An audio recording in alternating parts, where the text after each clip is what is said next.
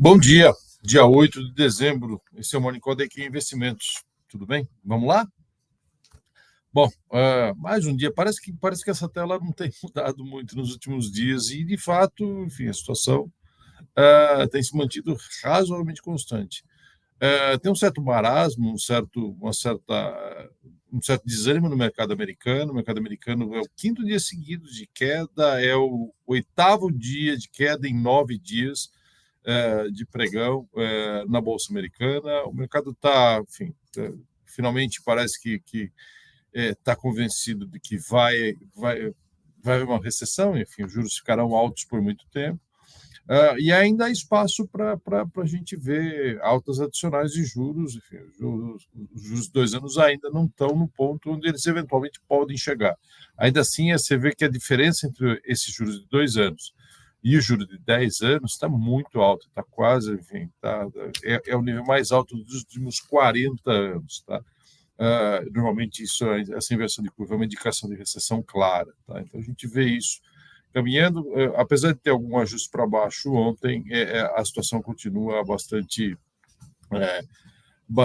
complicada, tá bom? E como lá fora não tem muito ânimo e a China, enfim, o fato da reabertura da China pelo Covid já meio que entrou nos preços e a gente não, as notícias ainda não são ruins vindo de lá, né? A fotografia da China ainda é ruim, enfim, o que a gente imagina para o futuro pode ser bom, mas pode ser melhor do que hoje, mas a fotografia atual ainda é ruim. Então, o Bovespa fica meio sem referência e a gente vê o Bovespa também caindo já há alguns dias, tem algum tempo. Tá?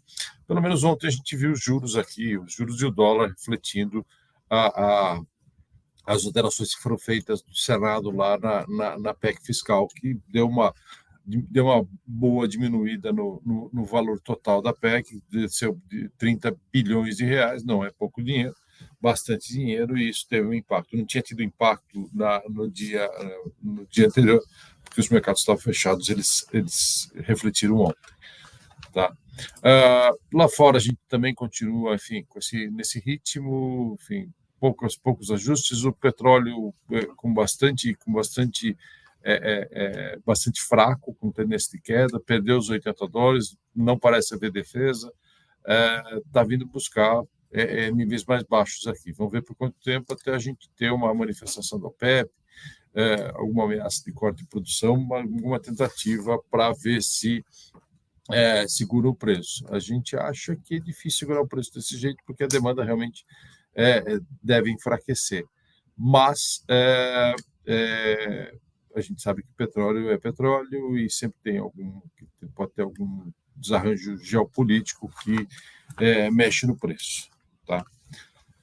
Bom, falando em petróleo, ontem a gente viu lá os estoques de petróleo diminuíram novamente lá nos Estados Unidos, mas os estoques de gasolina aumentaram. Então, isso foi um dos motivos alegados aí inclusive para essa queda de ontem. Tá? Essa é uma semana que tem sido bastante fraca de indicadores econômicos, de maneira geral, indicadores econômicos sem grande relevância, que não mexem nos preços. Hoje, por exemplo, a gente tem inflação na China, e aquele dado semanal de pedidos iniciais de seguro-desemprego tem oscilado em torno de 200 e poucos, 230 a 1.000 pedidos toda semana.